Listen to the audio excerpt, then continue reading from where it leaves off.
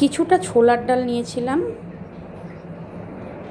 এটা ভিজিয়ে রেখেছিলাম ৬-৭ ঘন্টার জন্যে। এবার সেই ভিজিয়ে রাখা ডাল সেদ্ধ করে মিক্সিতে দিয়ে বেটে নিলাম। এই বেটে নেওয়া ডালে দিলাম একটু লবণ, গুঁড়ো করে রাখা জিরে, পাঁচফোড়ন, সামান্য দারচিনি। এবার এর মধ্যে দিয়ে দিয়েছিলাম আমি আদা ও কাঁচা লঙ্কা বাটা।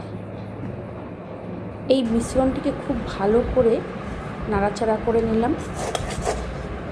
এরপর এর মধ্যে দিয়ে দিয়েছি সেদ্ধ করে রাখা আলু।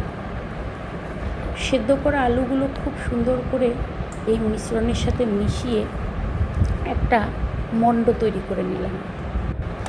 এই মণ্ডটাকে ভালো করে মেখে প্রস্তুত করে একদিকে রেখে দিতে হবে। এর পাশাপাশি আমি একটু আটা, ময়দা, তার মধ্যে একটু সামান্য লবণ ও সুগার ফ্রি দিয়ে মিশ্রণটা মেখে রেখেছিলাম। আপনারা চাইলে চিনিও দিতে পারেন, আবার চিনির অপশানটা স্কিপও করে যেতে পারেন। এর মধ্যে এই মিশ্রণটি ভরে মুখ বন্ধ করে একটা লেচির গোলা বা রুটির গোলার আকৃতির আমি বানিয়ে নিয়েছিলাম। এবার এর মধ্যে সেই আটার গোলার মতো করে বা রুটির গোলার মতো করে সুন্দর করে আকৃতি দিয়ে আমি এগুলোকে রেডি করে নিয়েছিলাম। তারপর একে সুন্দরভাবে বেলে আমরা ভাজার জন্যে প্রস্তুত করে নিয়েছিলাম।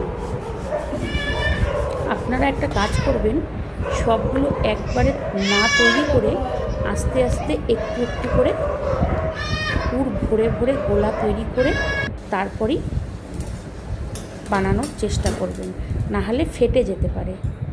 এইভাবেই আমরা প্রস্তুত করে নিয়েছিলাম আমাদের পরোটা। কেমন লাগলো বন্ধুরা আমার তৈরি করা এই পরোটার রেসিপিটা?